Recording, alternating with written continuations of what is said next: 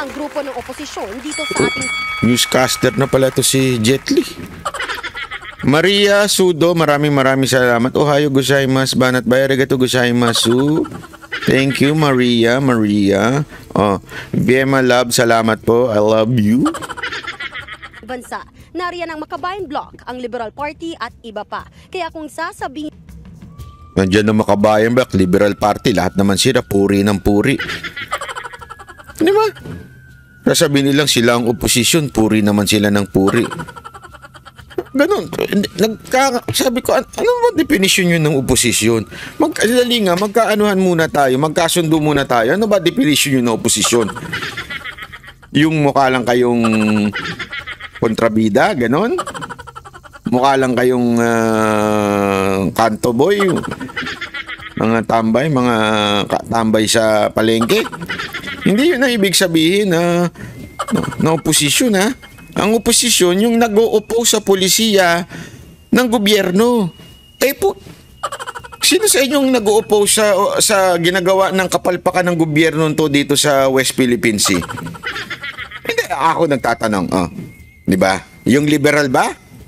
Nag-o-oppose sa ginagawang kapalpakan sa WPS? Hindi. Paano naging oposisyon yun?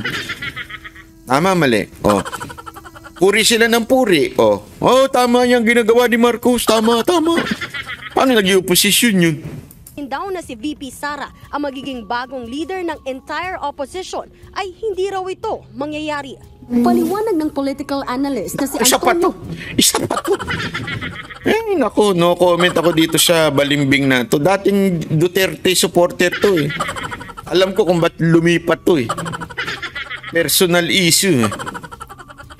Magkakasama sila nila Thinking Pinoy nun. Alam mo, eto bibigyan ko kayo ng istorya. Gusto nyo ng insider? Gusto nyo insider?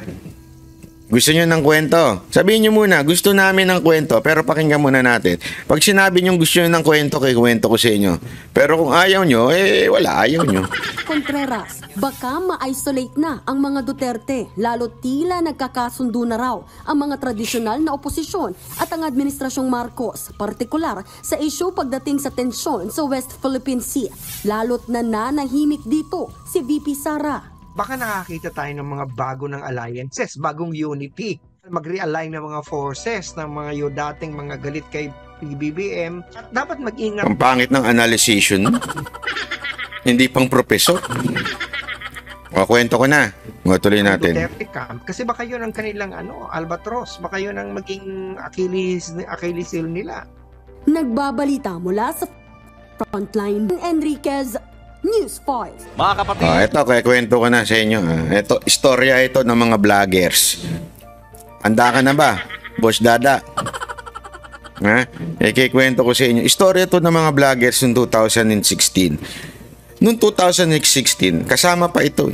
Kasama yan sa mga unang-unang gathering. Makikita niyo may picture yan. Binanatan nga ng mga Pinklawan camp yan . Na kesyo mga inano daw ni PRRD. Sama-sama yan. Nag-picture-picture pa kami. Kasama pa yan sila Badoy. Bla bla bla. Yan. Tapos, unang-unang pagkasama pa lang, siyempre mga matatalino. Mga profesor, mga matataas ang ihi. Feeling nila matalino sila. Hindi una, suporta sila kay Duterte. Tapos, biglang si Mocha in-appoint. Alam mo, ito walang biro Marami ang tumaas ang kilay nun. Marami ang tumaas ang kilay nun na laging nasa isip nila, mas matalino naman kami kay Mocha . Mas magaling naman kami bilang vlogger. Oo, siya ang pinakamarami. Pero mas matalino naman kami kay Mocha. Marami niyan. Kaya marami ang bumitaw nun. Ayoko na lang pangalanan sila Kasi hindi naman sila aamin. Mga profesor, o mga English speaking, may English speaking dyan, may mathematician. Lahat yan. May abogado, mga lahat sila na sila na parang hindi naman tama yun. Kaya nga ginawan pa nila ng istorya, siguro kasi maganda lang si Mocha kaya in-appoint ni PRRD. Hindi nila alam.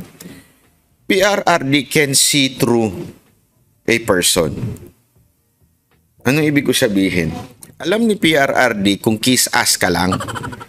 Alam niya kung sumisip-sip ka lang kasi meron kang gustong makuha. O di kaya ikaw ay may alam mo yun, may interest ka.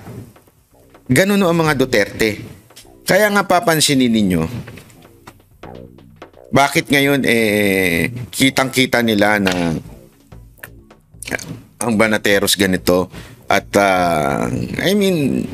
pagka merong kailangan tawagin vloggers, tayo ho ang tinatawag. Kasi alam naman ho nila na wala po akong interest.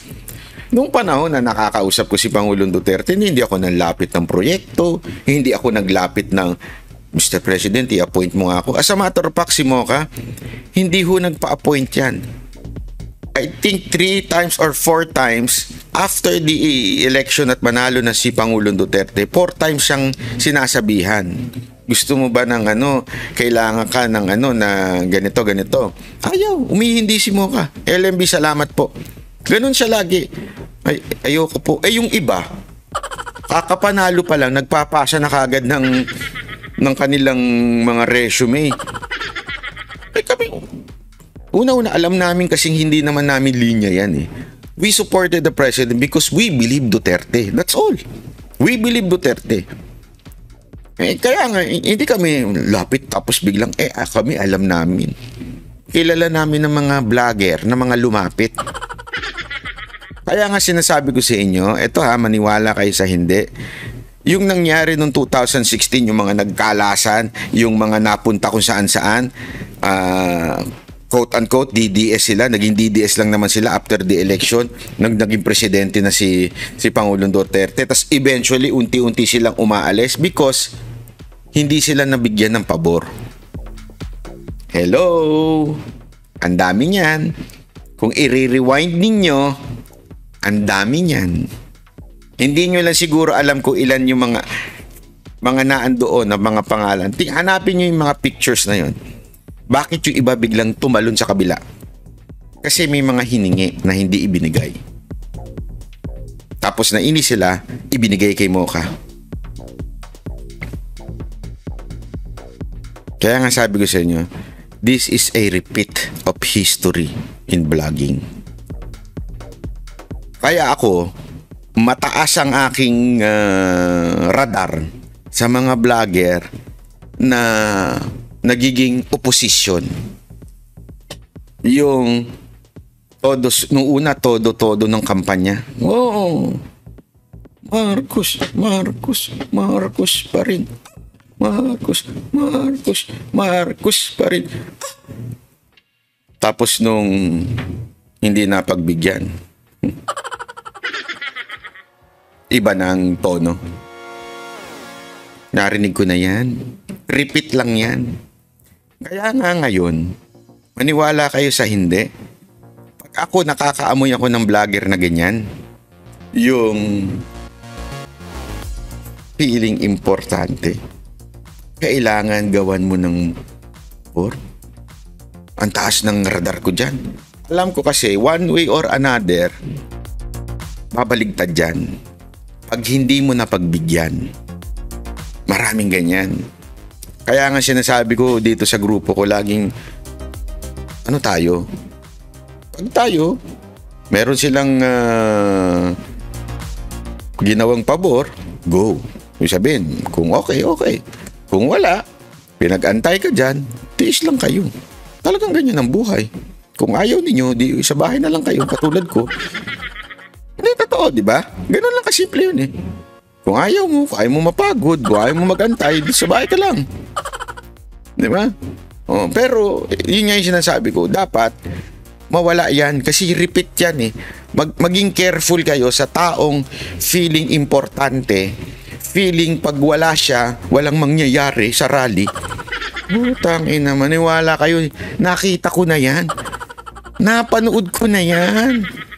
Alam nyo, eto, sabi ko nga sa inyo, nakita ko na yan. Si TP ang pinakahalimbawa ng matalino, magaling, pero ginamit sa mali. Oo. Yan ang taong kita nyo. Saan niya ginagamit ngayon? Hindi, kung talagang para sa bayan yan. Bakit bigla siyang nawala? Ay, naku. Wag ako. Ipupusta ko sa inyo one way. One day. Magiging opposition na naman yan. Tingnan nyo. Kasi may narinig ako Tumigil Yan lang. Narinig ko lang naman tumigil. At may ako dito, pruweba ako. May nakita ako. Kaya one day, magsasalita uli yan. Kaya ako, sinasabi ko sa inyo, diyan ako believe sa mga kay Pangulong Duterte. Bakit kanyo? Never nagpaasa ng kahit na anong vlogger. Hindi kahit kailang nag-abot sa vlogger. Never. Pag-aabot. Kasi pag inabutan mo yan at nasanay yan, naku, maniwala kayo sa hindi. Pag nasanay yan, tas bigla mong itinigil, magiging opposition yan. Maniwala kayo sa hindi. Kaya careful kayo doon sa mga naaamoy nyo na mukhang perang vlogger. Yung nanghihingi sa live, putang ina, maniwala ka, one day, magiging opposition yan. Pag hindi na nakinabang sa inyo yan, aalis yan, maghahanap ng ibang content. Kita mo yung isa, di ba? Tama yung, eto, yung kinontra ko si Bagong Lipunan, di ba? Marami sa inyo nagalit. Ano sabi nyo sa akin? Huwag na kasi kayo mag-away. Bati-bati na kayo. Kayo mag-away ka. Bakit mo binabanatan si Bagong Lipunan? Ano yun? Inatar na supporter yun Bakit? Diba? Ganon-ganon pa kayo. Galit na galit kayo sa akin. Bakit si Bagong Lipunan? Tandaan nyo? Ano nangyari? Am I right or am I wrong? Diba? Napatunayan ko yung sarili ko sa inyo nun. Amoy na amoy ko na for the content yung mama. Ngayon, wala na siyang content. Ano na siya? Hindi na niya alam kung saan nang pupunta. Diba? Sus, maniwala kayo. Ganun na ganun yun. Kaya nga, yung mga madramang mga vlogger dyan, iwasan nyo yan. EJ Warrior, salamat po.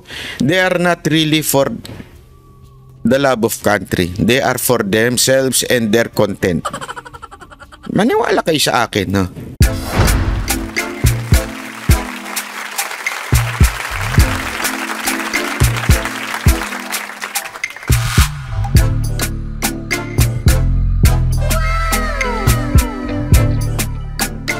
The next performance will start momentarily.